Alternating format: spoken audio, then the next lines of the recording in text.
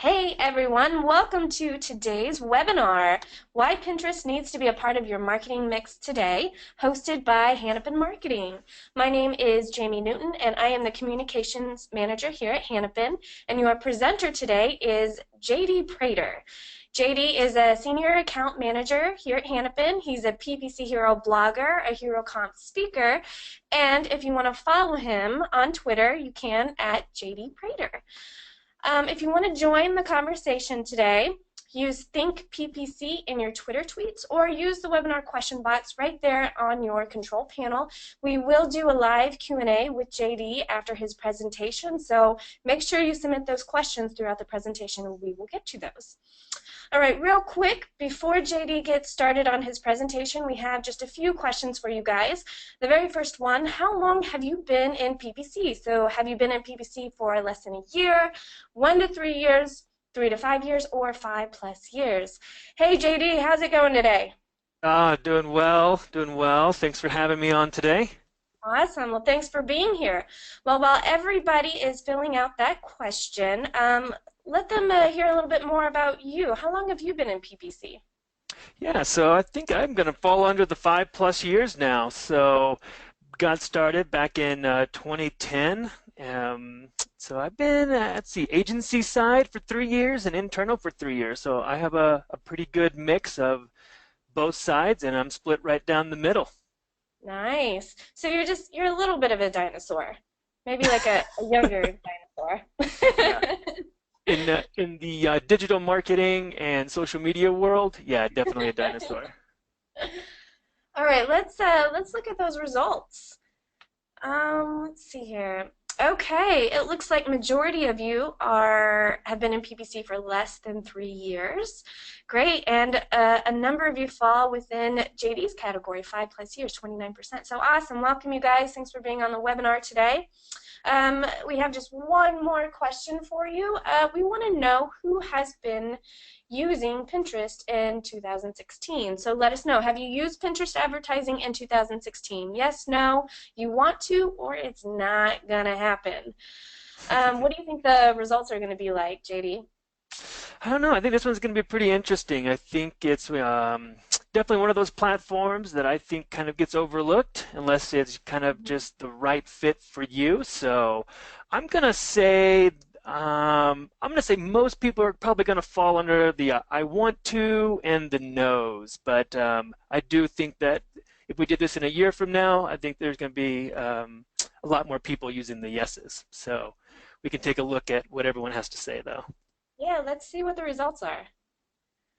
All right, you were right, JD. 42% that say they want to, 27% that say yes, 29% that say no, and just 2% that says not gonna happen. All right, well, JD has an awesome presentation in store for you guys, a lot of tips, a lot of takeaways, and I'm really excited for him to show you what's going on. So, JD, without further ado, All uh, right. Perfect. Yeah. Well, hopefully, maybe for those 2%, I might be able to persuade you if it's just more of a platform-specific thing into your business, then I may not be able to. But there's some really cool features that I definitely want to talk about today. So today we're going to walk through this webinar. We're going to be looking at these 5 elements of Pinterest. So we're going to take a dive into those audience insights to understand who's on the platform, to see who's using it, what are kind of some of those market insights that we can gain. Then we're going to take a look at some of these latest Pinterest trends. They have just been coming out the door over the last couple of months with launching new features. And so we're going to take a look at some of those features and some of those trends, and then how we can best utilize those as marketers and advertisers. Then I'm going to give you guys some really good tips for optimizing your pins in order to really get that engagement and to really get those clicks to the website to get the best performance. And then lastly, we're going to take a look at some of those Pinterest analytics and audience insights to, again, take a look at how your pins are performing on Pinterest, and then how we can evaluate the success of those pins. So let's jump into it and let's get started. Again, you guys can tweet us at hashtag ThinkPPC, and then also take a look under the handouts. There is a white paper that we included there on Pinterest.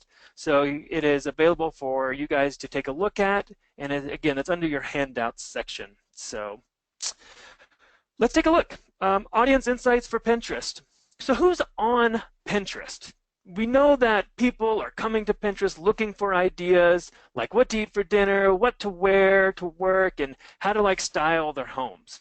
And what Pinterest has come out and said is we have 100 million daily active users with over 500 billion Pinterest pins.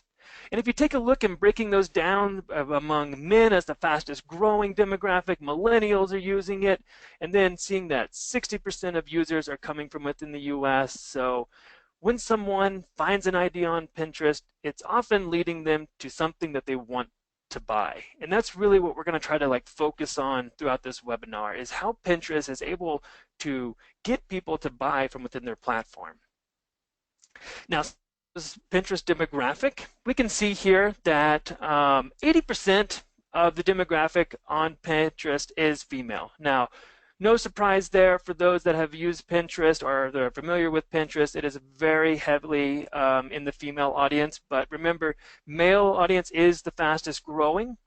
And then we're also seeing 67% of users are under the age of 40. So again, 2/3 of Pinterest users looking into that millennial demographic. And so if that is some of your target demographic for your business, you might want to start considering Pinterest moving forward. But what are they doing? What are they doing whenever they get on Pinterest? So here's some really cool information. There are 2 billion searches conducted every month now on Pinterest. So Pinterest is also a search engine. So it's really interesting to think of it that way.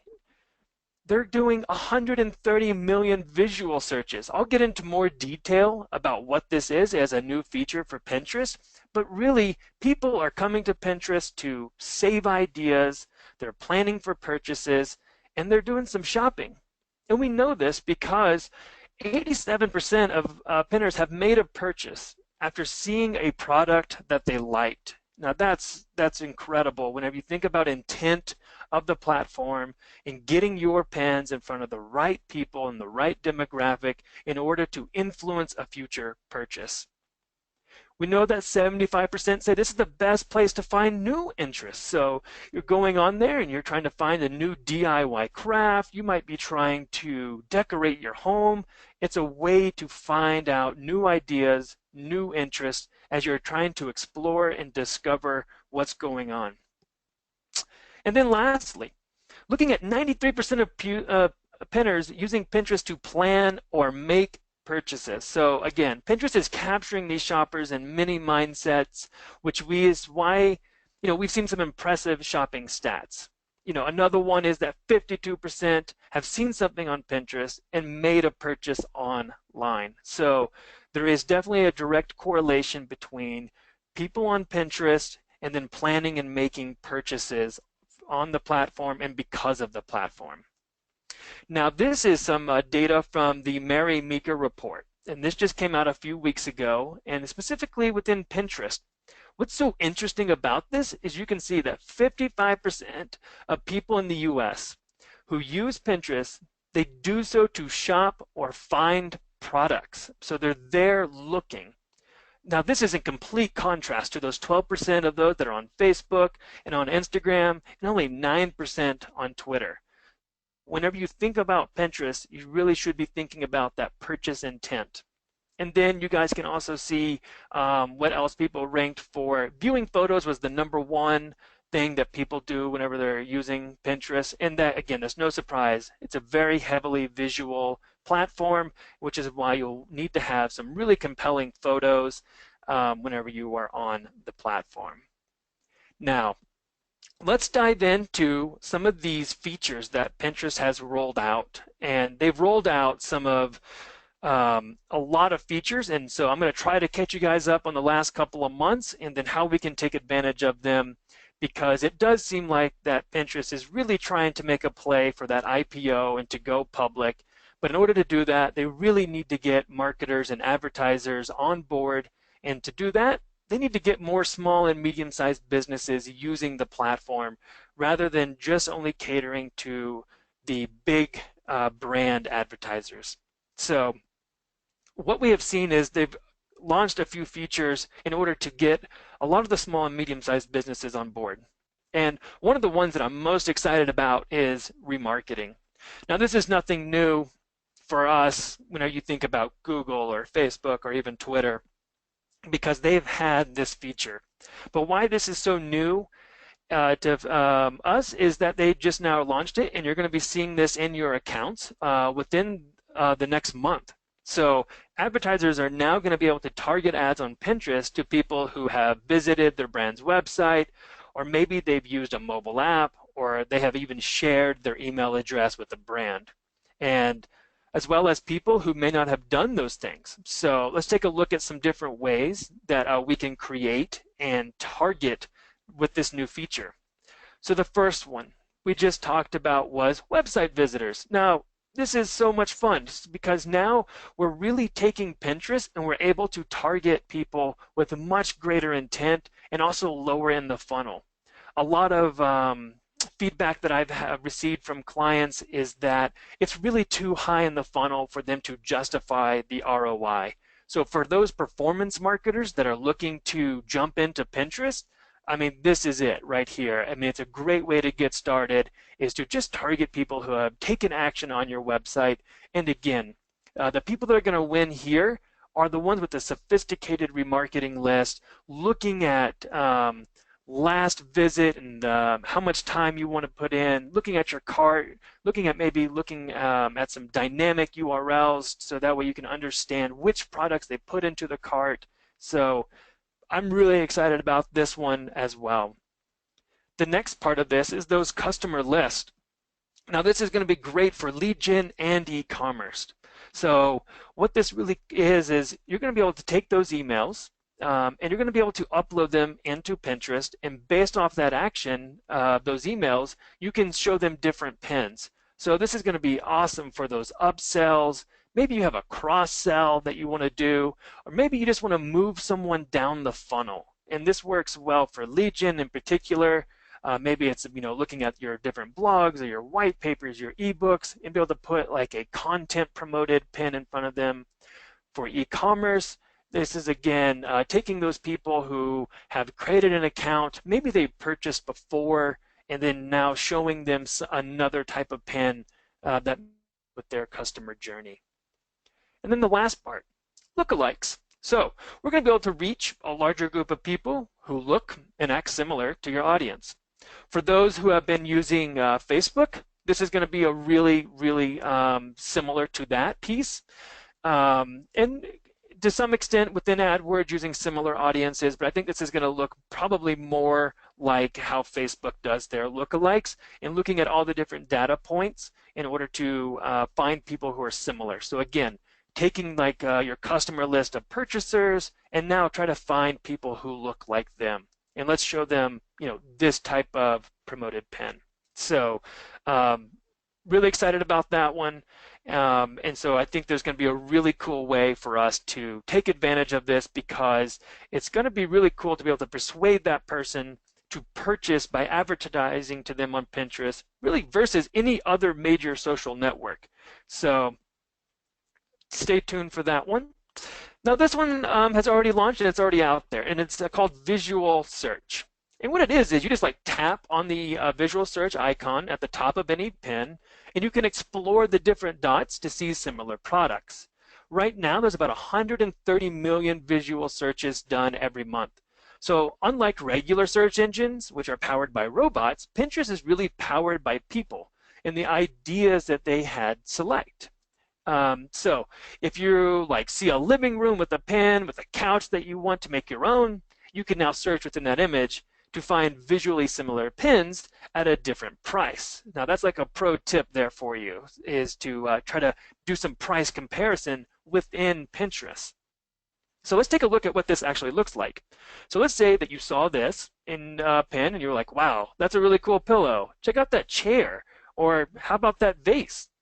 So you may not know the names of all of these different styles or what that chair is called. So, if you were to go into Google, you might type in like wooden modern brown leather chair, something like that. You're just trying to find what it hits up on.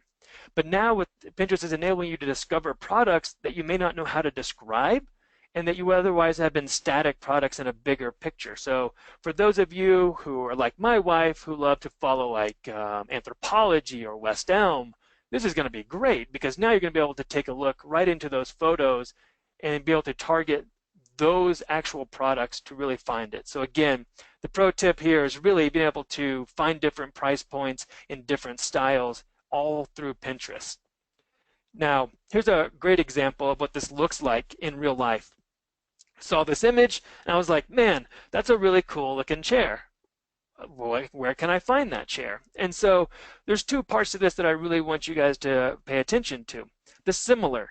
They did a really good job of finding similar chairs, if not the exact chair.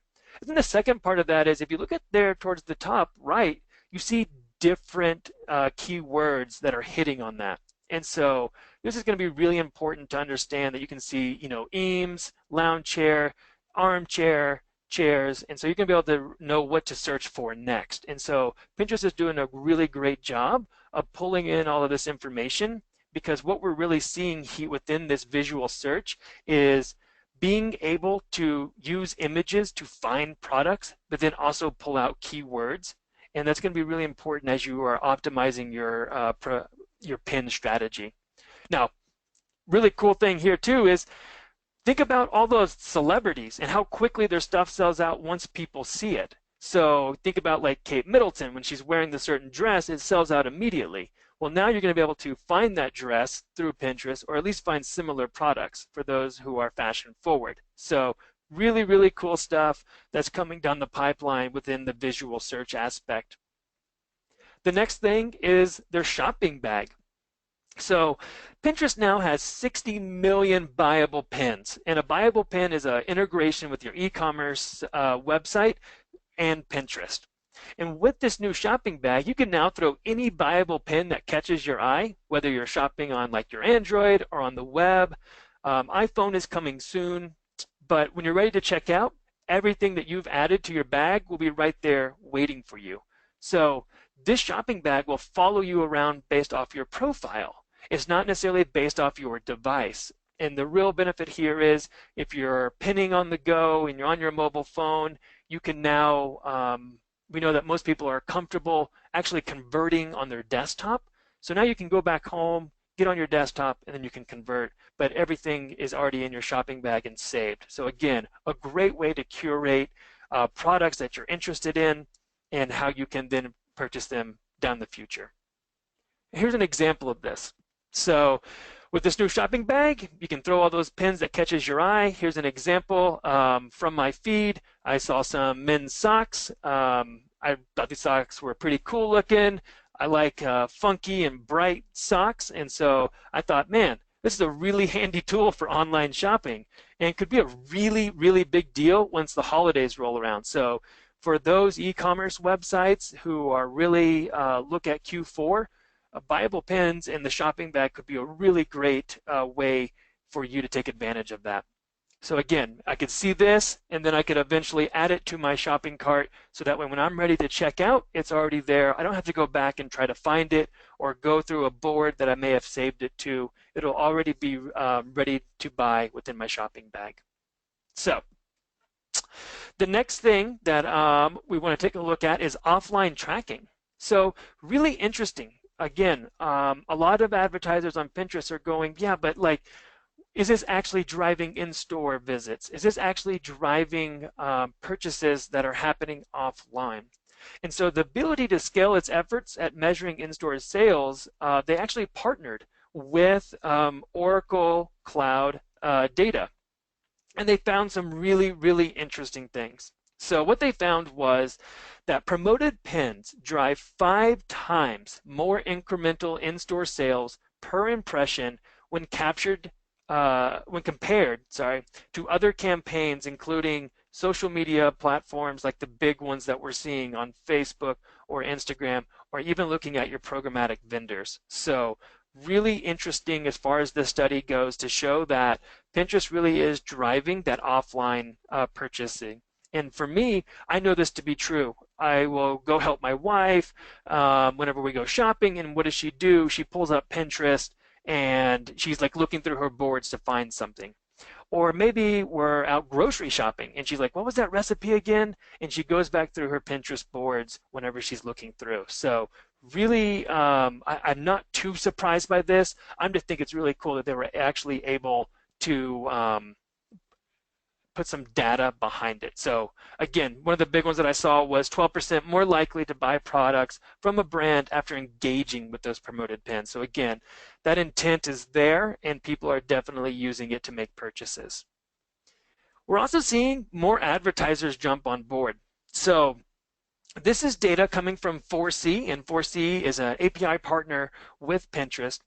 And from what they reported from January to December in 2015, they saw that Pinterest activity from their clients, their spend increased by 15-fold from January through December.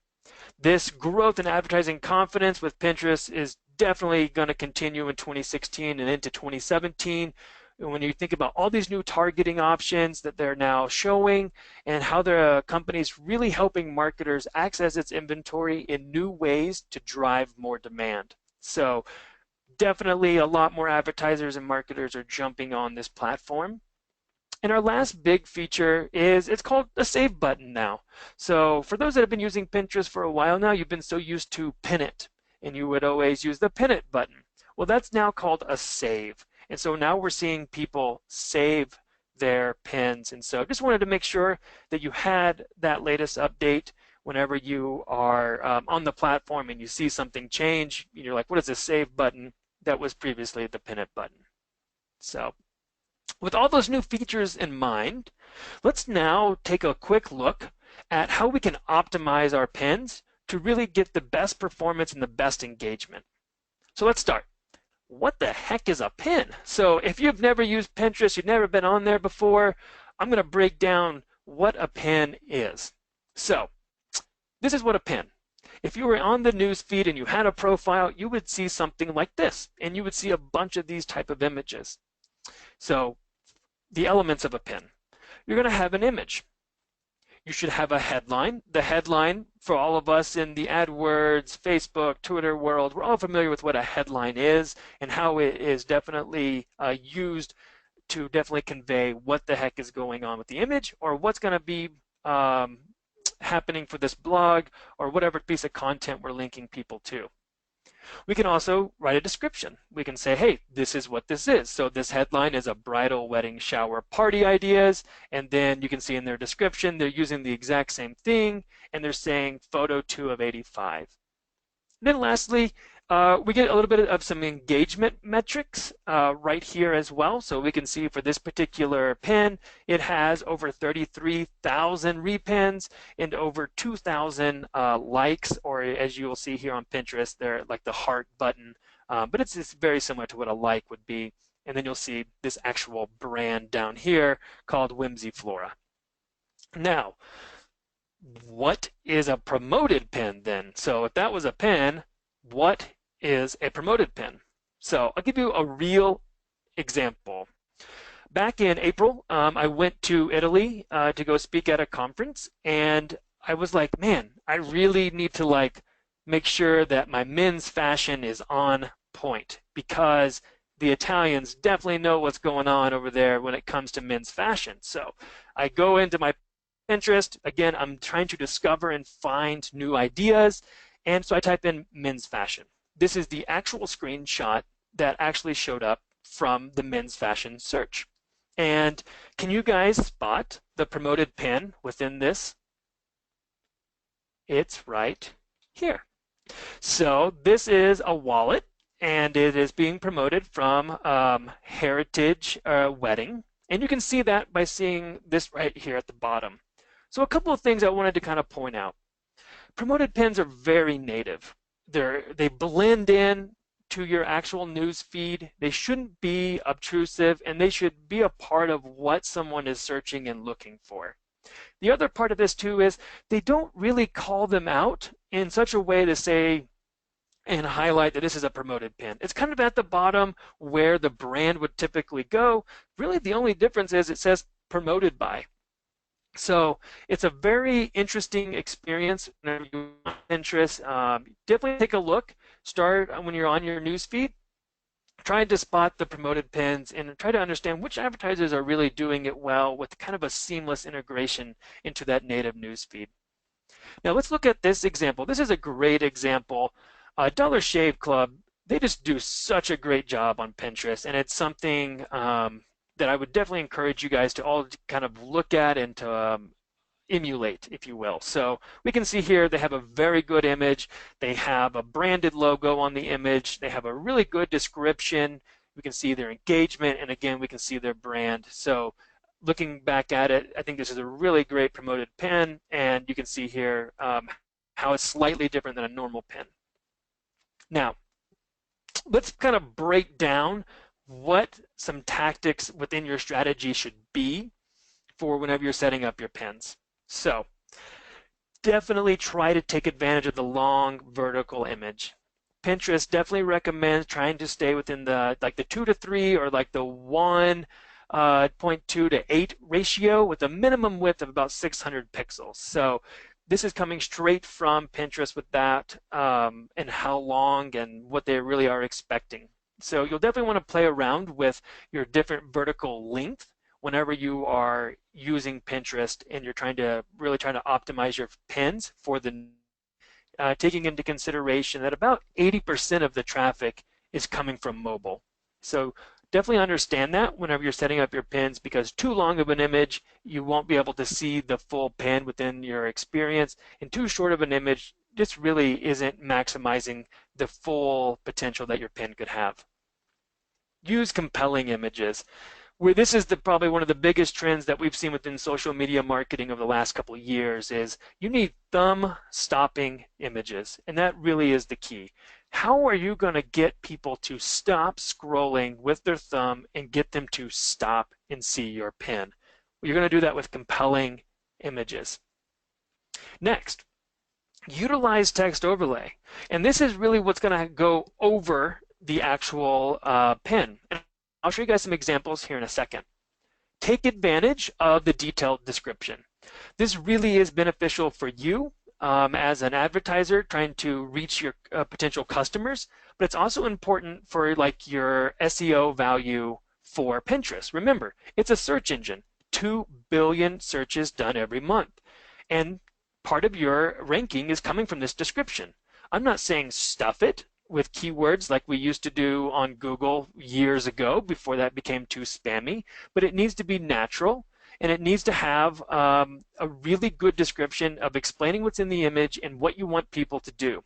And you can do that by adding a great call to action. So, telling them to learn more or to sign up or to buy now or to shop or to, download your white paper. Whatever that call to action will be will really help determine the success of your promoted pin. And then lastly, look for tasteful branding. It really is important that your pin is kind of a mirror image of your branding. You want it to be reflective of who your tone and your voice and your colors and really all your brand sensibilities that go into your brand. And this is going to help you out because we're going to be able to see a pin on Pinterest and know exactly who is promoting it just by looking at it. There are some brands that are doing this extremely well right now, and I'd encourage you just to kind of scroll through your feed and start making a list of brands that you see that have really tasteful branding and that are doing a really good job. Let's dissect and let's start judging. This is always so much fun to actually start judging certain pins. So I've got 3 pins lined up here, and let's take a look at them and kind of dissect how well they're doing. So let's take the first couple of ones. Is this a long vertical image? Not really. It's more of a square. And so it's really kind of losing out on that full vertical image capability. Now, is this a compelling image? It's not bad. It's not great either. Again, I think they could have combined these two and maybe had the shirt above the jeans. That way you could have used more of that vertical image and probably had more of an outfit feel rather than kind of cutting the shirt off within this image. We don't really see any text overlay, and the branding, I really have no idea, what brand this is and who is doing it outside of what Pinterest is telling me. Now, do we have a detailed description and call to action? When you actually go through this, it really looks like what's happening here is we have an Instagram post. It's kind of obvious by you can see here when you see the handles that they're using and some of the emoticons that they're using and the emojis that they're using. It really is around more of an Instagram post. So my guess is they have their Instagram tied to their Pinterest. So whenever they post on Instagram, it automatically makes a post within Pinterest. So, if I were to score this one, I would give this one a D as below average because I think that there is so much more that they could have been doing. So let's look at a better example. Here's one from Mashable, and it's the ultimate young adult reading list. Now we can see here, we do have a longer vertical image, a compelling image. We got some really good use of the negative space and we've got some white space in here. We've got some bright colored young adult in like a bright green to really kind of grab your attention. We're not really seeing any text overlay, but that's okay. We are seeing it on the actual Ultimate Young Adult reading list, but we're not really seeing like a branding or any kind of logo on the image. Now, how's the detailed description and call to action? I would say this one isn't bad. You can see here they're using the headline to make you fully aware of what you can expect. And then we see this call to action. Add these 23 young adult books to your summer reading list for the perfect entertainment under the sun. It's a really long call to action, but I do think that there is one, and they did use a good description to let you know what you can expect if you were to click through. And we can see here within their engagement of almost 23,000 repins and over 3,000 likes that people are liking this one as well. So I score this one a B. Then for another, like the last example here, what we're seeing with this one is long vertical image. This one is a much, much longer when we take a look at it. It is a very compelling image when you see like the person looking back at you, the colors that they're using. They're trying to advertise for their text overlay with the bridesmaids dresses. They're saying that it's under $150, so you're definitely grabbing my attention. And then with the detailed description and that call to action, they're giving you more information.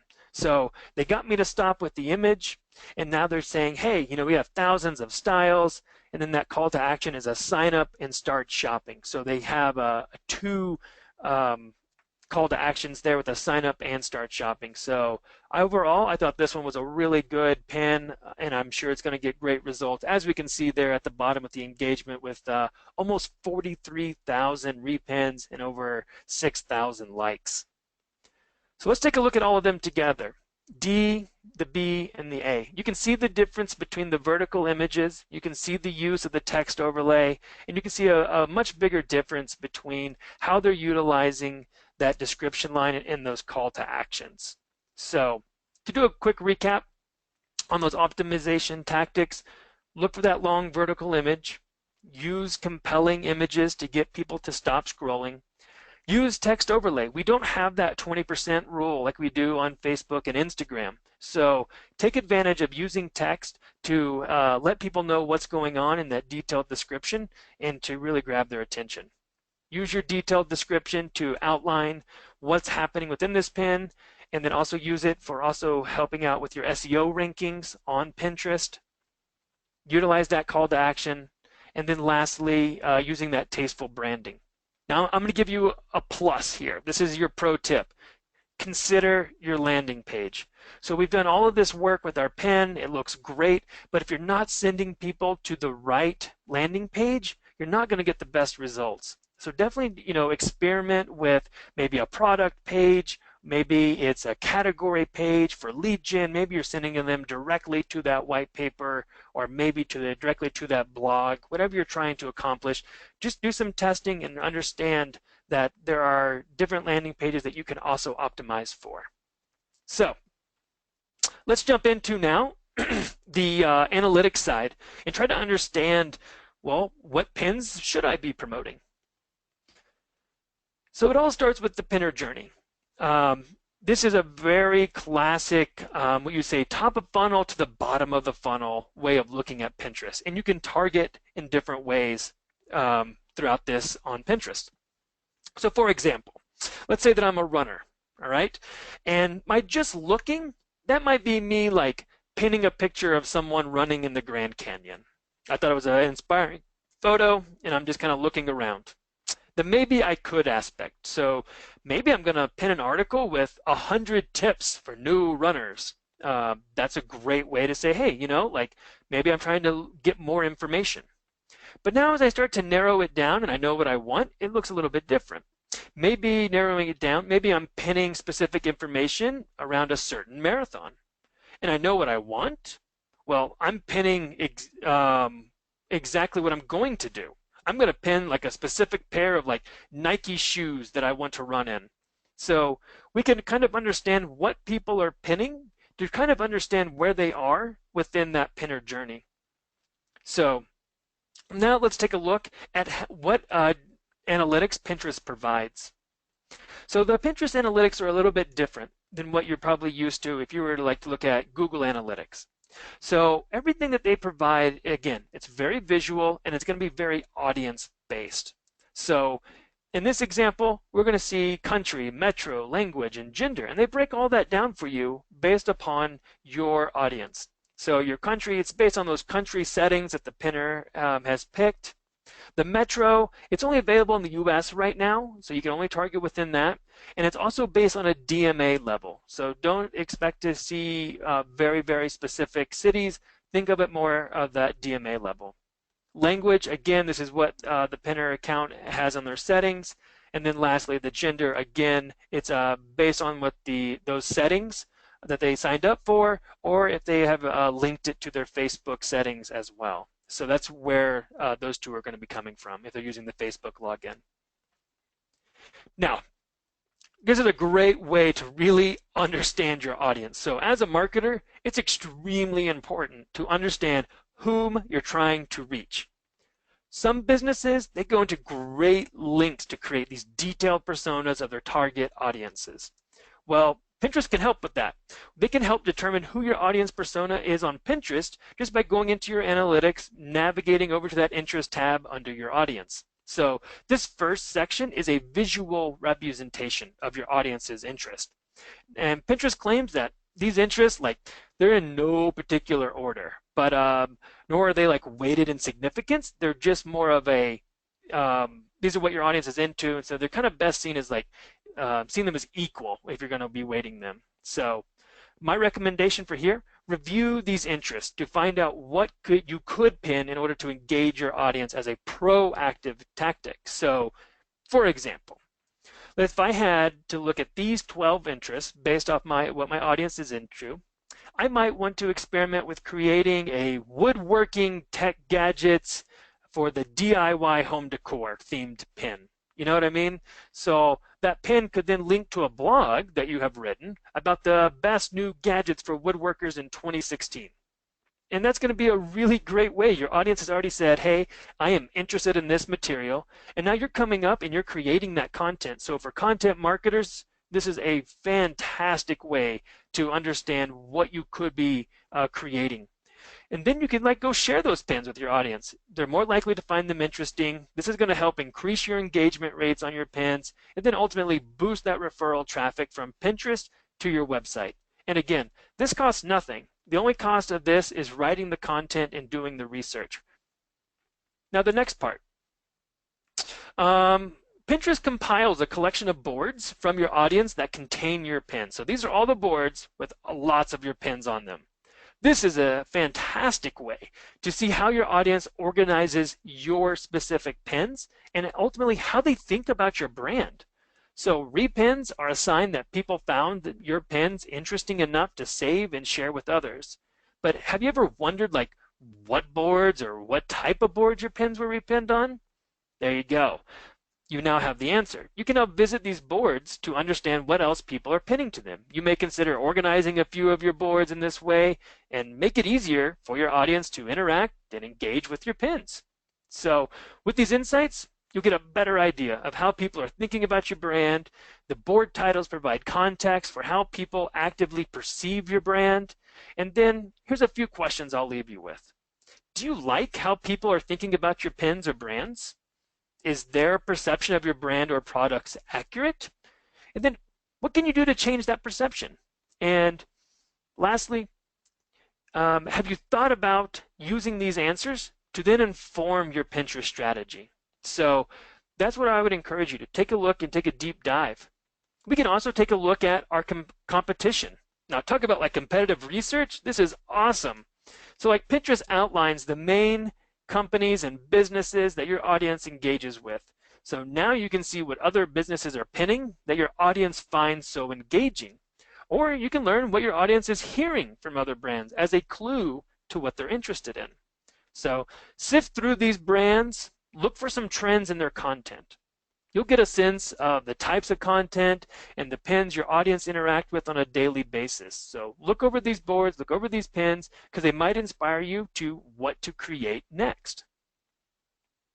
The next part of this is we can see here that this is looking at your overall graphs and your metrics. So you can see in this example, we had a campaign running up until the end of June. And we can see here, we're going to get a daily snapshot of what that looks like. And it's important to understand, who your Pinterest profile is, what types of people you're reaching, and to dive into that. So to dive into it, let's start with our top pin impressions. So this is from the last 30 days.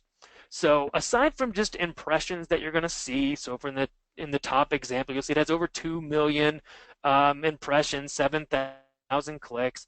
You're also going to see how many saves and how many likes, so those kind of engagement metrics. And then you're also going to see the pin type, and that's for those P and Rs, and that P is under promoted pin. And so that's an example of some work that we were doing for a client with that promoted pin aspect of it.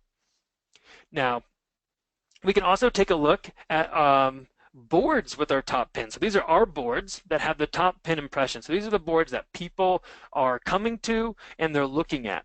And from here, we can get a really good idea of which boards are resonating with our audience. We can see the impressions, those clicks, and again, saves, those likes, and those number of pins. So comb through this to really understand what your audience is interested in, and specifically as it ties to your boards. Now, let's walk through some of the really cool aspects, because if you go over to your analytics within Pinterest, if you go to all time, you're going to see your most repinned or your most shared pins. That's a great way to get started when you're trying to figure out which pins should I promote. Another really good one that they provide is called your power pins. So an excellent place to start with promoted pins is taking a look at your power pins. And it's a really good way to get an understanding of which pins have already performed well. So again, this is historical performance. So make sure to look for trends with these pins, which you can then use to refine your future pin strategy. So take a look. With these pins, ask yourself a few questions. Are they engaging? Is there a color pattern that's cropping up? Do you notice anything about the shape of the images? Are some more vertical than others? Are there words on the images? So that text overlay, is that more compelling? Look at your headlines, look at your descriptions, and really start to analyze the content of these pins to really draw out, is there any theme? Is there any context or seasonal or a certain type of pin that's resonating? And then ask yourself, are these titles and the pin description search engine friendly? So it's an excellent way to get started with promoted pins is starting with your power pins. Don't forget to also review all this information by device. Pins look very differently on different devices. And you can really gain those insights of your audience based off what type of device they're using. Mobile versus tablet versus computer. And that's important just because of screen size. In understanding which device your audience uses the most, you can then start optimizing your pins for that device. So ask yourself, am I getting, over 80% of my traffic on a tablet, or is it coming from a smartphone? what percentage is coming from mobile web versus just the desktop web, and then really start to look at, do these colors look different in the feed? Do they catch your eye? And how you can then optimize for device performance. Let's walk through a few elements of Pinterest success. So I hear this a lot. A lot of clients want to measure performance, especially for social or especially for Pinterest, just like they would AdWords. And that's not fair to the platform. Why? Because Pinterest is a very spot in the funnel. And when you're only measuring that last non-direct click, which is what Google Analytics has by default, you're really missing out on the full customer journey, and especially as that applies to Pinterest. So when trying to understand which marketing touch point drove the sale, it's really important that you have a good attribution model in place and that you understand the customer journey as people are coming to your website. Now, this is one of my favorite cartoons. It comes from the Marketoonist. If you guys aren't following Tim Fishborn, you really should. He's hysterical. He comes out with a new cartoon every week. So take a look at him. He's very apt with his weekly cartoons. Now, back to Pinterest. This is coming from Google. And so Google has this really cool customer journey to online purchase. If you haven't ever used this, I left the link in there for you guys to take a look. It's that Think with Google, and it's under their tools, and it's called Customer Journey to Online Purchase. And what I did for this one is I typed in a medium-sized shopping business with which means like it's getting 500 to 10K e-commerce transactions. So those are unique transactions every 45 days. And this is what Google says is your actual path to purchase. So you can see over here, a promoted pin, it's a top of funnel. And so how you want to measure that is by assisted interactions or assisted conversions. And that's the best way to, whenever you're measuring that success, is to look at it that way, because it's probably not going to be down towards the end of the shopping cart where direct is, or even where your brand paid search is. It's really going to be at a much higher point in the funnel. But what's coming out is that retargeting. And based upon how you set up your retargeting, you could be targeting much lower in the funnel and even post shopping cart. So it's a really great way to kind of understand what's coming up in the future and how you can use Pinterest to really target within the entire sales funnel. And again, depending on what your goal is, understanding that maybe you want to look at awareness metrics for those just looking, maybe I could. And if you're really trying to focus on narrowing it down, I know what I want, so maybe a little bit lower in the funnel on Pinterest, really look at your engagement metrics. That's going to be the best way to determine how well your promoted pin strategy is performing. Now, before I wrap up everything, it's really important that you understand this, because the half-life of a pin is much, much longer than it is on Twitter, and much, much longer than it is on Facebook. So 50% of visits happen after 3.5 months of the first pin. That's insane. That's an entire quarter of a year. So what you do today, you won't even see 50% of the actual traffic happening until like Q4. So whenever you look at your actual funnel for Pinterest, you really have to understand that week over week, even month over month, isn't going to be accurate. That half-life is going to be 3.5 months, and it's going to be kind of this never-ending billboard that lasts on Pinterest forever and ever. So you can see in this graph, that's a 2-year window of visits and page views from the site's oldest pins. So what you do today will last until 2018. So super interesting whenever you're trying to measure the full performance of a promoted pin or even just any of your organic pins. So I'm going to try to wrap up everything. With Pinterest, I'm not saying that this is going to be the silver bullet. What I am saying is it's really interesting with what they are putting out with all these new features and where Pinterest is trying to position themselves as a company, and as they try to make this play to get more marketers and advertisers. I think they're doing a really great job of listening to the needs of marketers and trying to understand of how they can help us solve our problems. So I'm not saying this one's going to magically solve them all, but maybe, and maybe just maybe, you're going to be able to kind of move that needle within your company, and maybe with even with on Pinterest with all these new features rolling out. So that's all I have for you guys today. I thank you guys for attending this webinar, and I'll open it up to some questions now. Great presentation, JD. Man, it's amazing how much Pinterest has changed in just the last year, how many new things have come available. It's really exciting. Definitely. So real quick before we get to the live Q&A, we have an offer for you guys. If you would like an account analysis from Hannafin, or if you don't, just fill that out real quick. So what is an account analysis? It's so using read-only access, we'll put together a cursory analysis of your current campaign methods and performance. So it only takes about 2 to 3 business days to get a second set of eyes on your account to see if you are performing to industry standards. So this is for accounts that are spending 15,000 or more a month in paid search. So if you are interested in that, go ahead and fill out that very first button, or if you're not, fill out that no thanks. So we'll keep that open for just a little bit as we go on to the live Q&A portion. So JD, we've got some questions coming in for you. All right. So the very first one is this person, and I'm sorry if I'm saying your name wrong, Elisa or Elisa. She's asking what the average CPC is for promoted pins.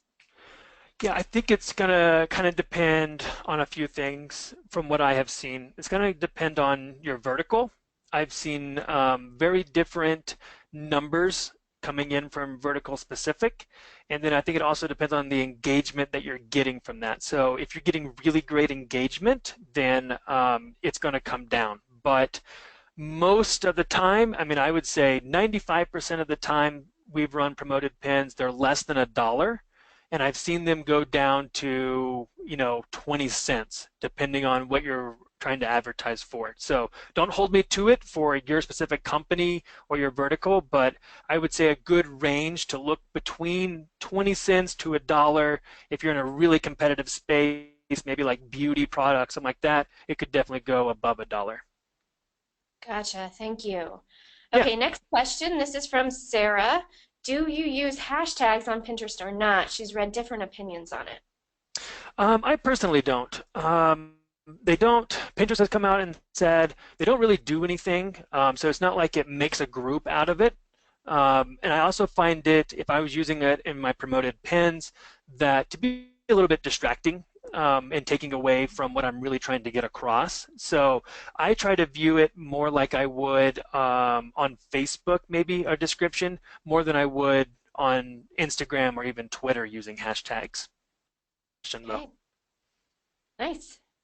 All right, next question. This is from Brittany. She says, we are a credit union and utilize other digital advertising outlets to promote our loan products. So they don't really have products for sale, they have services. So her question is, in order to utilize promoted pins, do you have to be highly active on Pinterest, or could you basically just run an ad campaign on Pinterest? It's a really good question too, and we come across this a lot. And so I don't think that you are in the minority when it comes to this. I think a lot of people prioritize, Facebook first, then maybe Instagram, then maybe Twitter, and then Pinterest is usually fourth, also depending on LinkedIn as well. So do you have to be active? I don't think you have to be in order to run a promoted pin. So that is completely up to you and how active you want to be. However, I do think it's important that you do engage with the platform. So that way, whenever you do come across a promoted pin, a lot of people, what we have found is they go and they check the advertiser's profile. And so what they're looking for there is, what boards do you have? Do you have any pins set up? So I would at least have your file built out. That way you're making a really strong impression for all of those new potential customers, if that makes sense to your question. Great. Okay, this next question is from Ilias. Does Pinterest have conversion tracking? Yes, they do. So you can put their conversion pixel on your thank you page or whatever, really, whatever page that you want. You can only see it though if you export the data. So it's I consider it a flaw in their dashboard that they don't report on it more easily.